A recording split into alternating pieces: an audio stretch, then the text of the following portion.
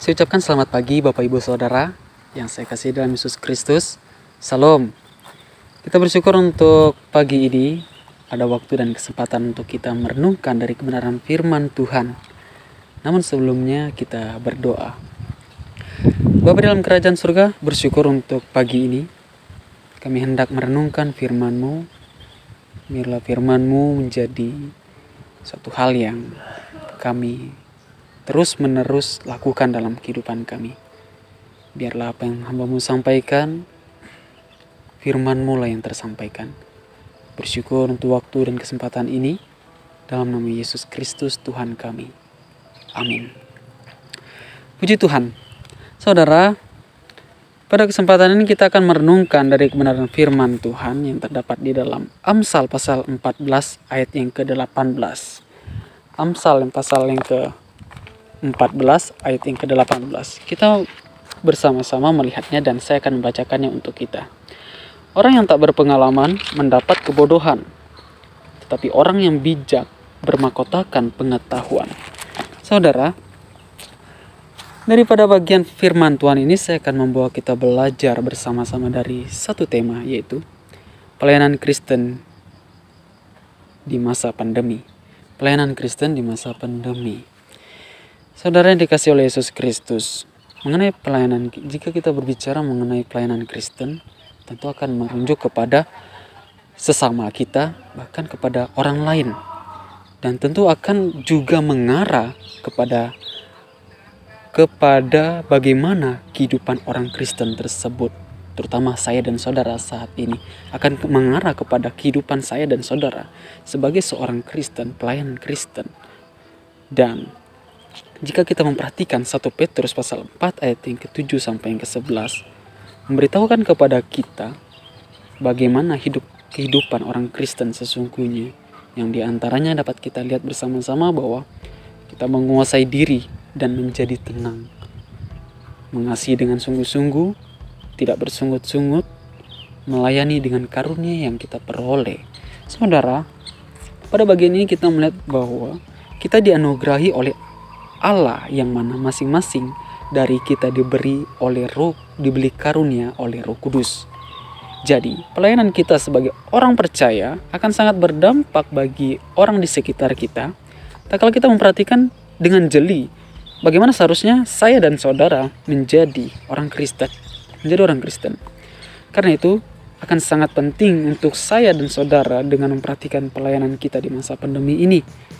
Yang mana kita ketahui bahwa segala sesuatu kini dalam aturan pemerintah yang mengharuskan kita untuk was-was diri terhadap kondisi sekarang dengan mengikuti aturan pemerintah.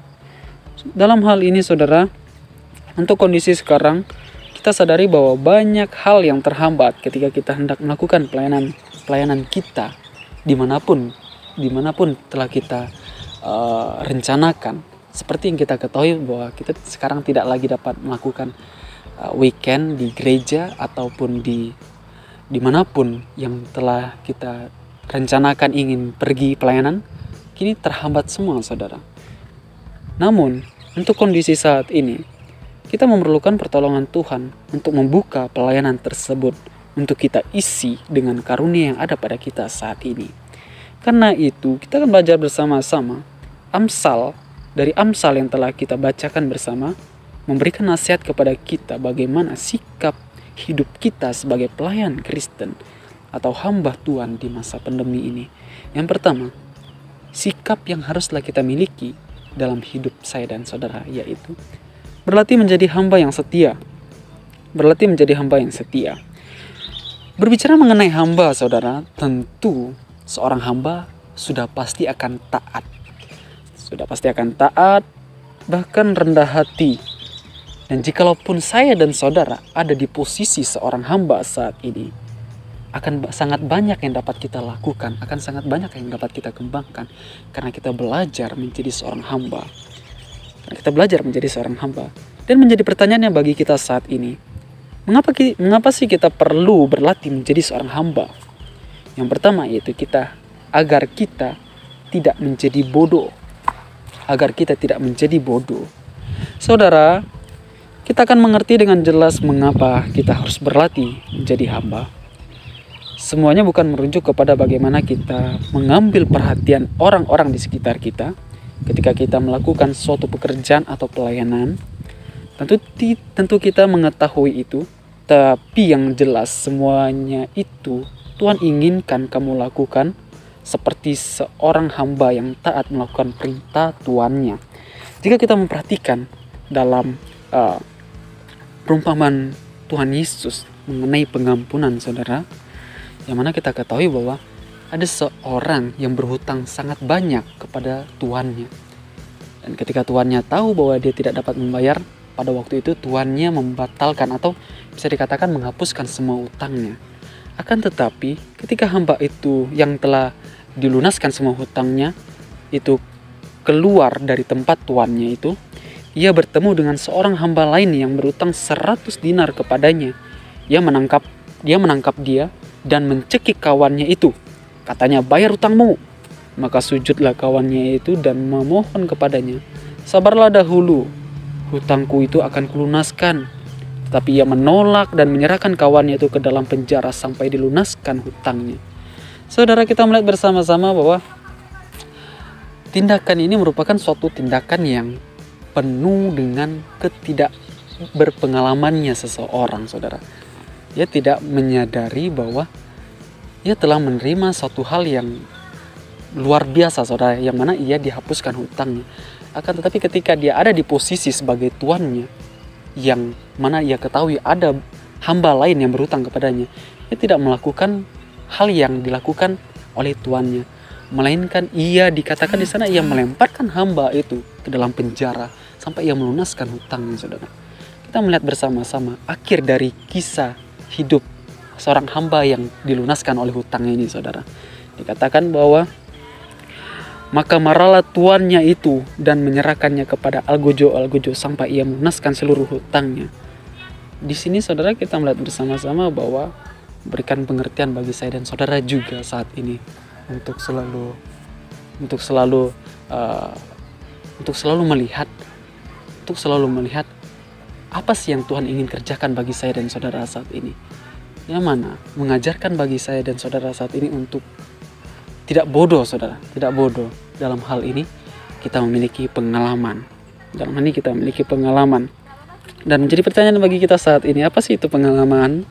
Tentu kita akan mengertinya sebagai suatu hal yang lampau. Suatu hal yang lampau yang telah terjadi atas diri kita. Dan ada upaya untuk belajar dari yang telah berlalu. Entah itu baik atau buruk, tapi kita sudah pernah melakukannya. Saya selalu mengingat nasihat-nasihat yang disampaikan oleh semua dosen. Hampir semuanya menyampaikan nasihat atas dasar pengalaman mereka selama pelayanan di gereja, sebagai penginjil, bahkan sebagai seorang dosen sekalipun. Dalam hal ini, betapa pentingnya pengalaman bagi saya dan saudara saat ini. Saudara yang dikasihi, kita melihat bersama, orang yang tak berpengalaman akan terjatuh dalam dosa yang sama. Bahkan mereka mendapat kebodohan. Artinya, mereka tidak melihat hal-hal yang benar. Bahkan mereka lebih memilih hal-hal yang tidak layak. Yang terjadi di masa pandemi ini, kita menyadari bahwa sangat banyak kekurangan yang mana dalam persekutuan kini melalui media online. Seberapa banyak kita yang saat ini memakai pakaian yang rapi seperti di dalam gereja atau di aula ketika kita melakukan persekutuan, dan seberapa banyak dari kita saat ini yang duduk tenang mendengarkan firman Tuhan, dan seberapa banyak dari kita saat ini yang mempersiapkan diri untuk menyembah Tuhan ketika melakukan persekutuan melalui media online. Hal ini penting bagi kita perhatikan.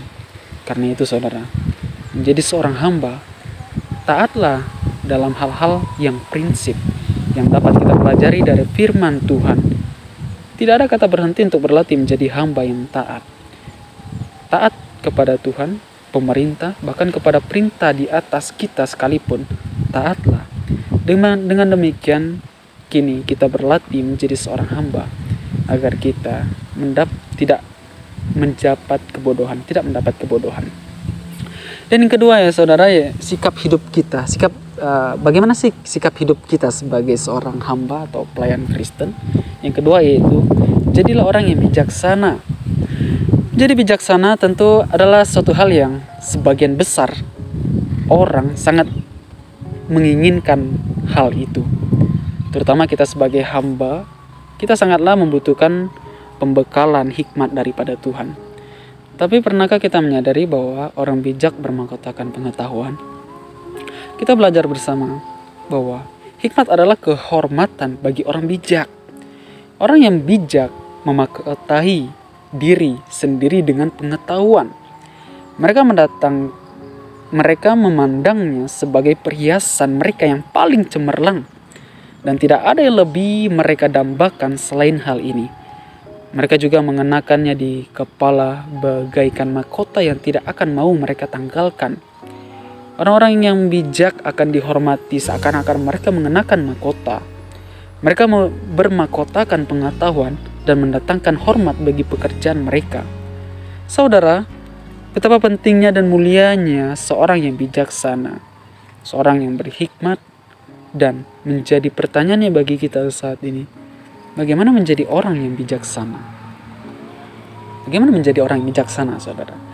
Kita akan belajar bersama-sama, yaitu dengan cara hidup takut akan Tuhan. Ini merupakan suatu hal yang seringkali kita dengar, bahkan pernah kita pelajari, dan ada usaha yang kita lakukan. Saya teringat dengan perkataan dosen saya yang mengajarkan untuk belajar mengenal Tuhan lebih dekat. Ini merupakan langkah awal bagi saya dan saudara untuk hidup takut akan Tuhan. Karena itu akan menghasilkan hal-hal yang konkret yang bermanfaat, seperti pengertian dan hikmat. Dari pengenalan yang benar akan Tuhan, lahir pengenalan akan diri sendiri. Pengenalan akan diri sendiri dimungkinkan karena ukuran yang dipakai bukan orang lain, bukan juga pendapat dan kriteria yang dibuat oleh manusia, melainkan berdasar dari Allah sendiri. Orang yang mengenal diri sendiri akan bertindak dengan bijak. Hidupnya terbuka di hadapan Tuhan, ia tidak sombong karena sadar akan kefanaan dan keberdosaannya. Bahkan masih banyak hal-hal yang luar biasa yang dapat dilakukan oleh seorang yang takut akan Tuhan. Karena itu pengenalan yang utuh tentang diri sendiri didapatkan dari pengenalan yang benar akan Allah, dan pengenalan itu diperoleh melalui pergaulan yang akrab dengan Dia setiap hari. Hal ini dapat saya dan saudara lakukan dalam kehidupan saya dan saudara sehari-hari. Terkhususnya seperti yang dapat kita lihat bersama-sama saat ini, bahwa dari BPM memberikan suatu arahan, memberikan suatu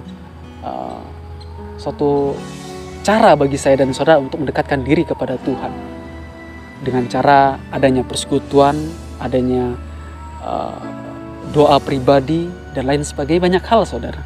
Ini merupakan suatu upaya yang dilakukan oleh saya dan saudara untuk mendekatkan diri kepada Tuhan. Akan tetapi menjadi pertanyaan bagi saya dan saudara saat ini, pernahkah kita melakukannya dengan kesungguhan hati? Atau pernahkah kita menyadari hal ini ataupun kita sengaja untuk melupakannya? Akan tetapi saat ini kita belajar bersama-sama bahwa kita akan menjadi seorang yang bijaksana ketika kita hidup takut akan Tuhan. Kita akan bisa hidup takut akan Tuhan ketika kita dapat menjalin suatu hubungan yang intim dengan Tuhan, akrab dengan Tuhan. Karena itu, saudara, jemaat Bapak Ibu saudara yang dikasihi oleh Yesus Kristus, kita belajar hari ini beberapa hal mengenai pelayanan Kristen di masa pandemi. Biarlah nasihat dari Amsal 14 ayat 18 ini memberikan suatu hal yang penting untuk saya dan saudara untuk berlatih menjadi hamba yang taat dan menjadi hamba yang bijaksana. Dan ketika kita melakukan ini, percayalah bahwa kita akan mendapatkan hal yang telah Tuhan sediakan bagi saya dan saudara saat ini. Kita berdoa. Bapa dalam kerajaan surga, kami bersyukur dan mengucap syukur selalu bahwa Tuhan memimpin kami dalam persekutuan ini. Firman-Mu telah hamba-Mu sampaikan. Biarlah firman-Mu ini menjadi pedoman bagi kami sepanjang hari ini. Bersyukur selalu dalam nama Yesus Kristus Tuhan kami. Amin.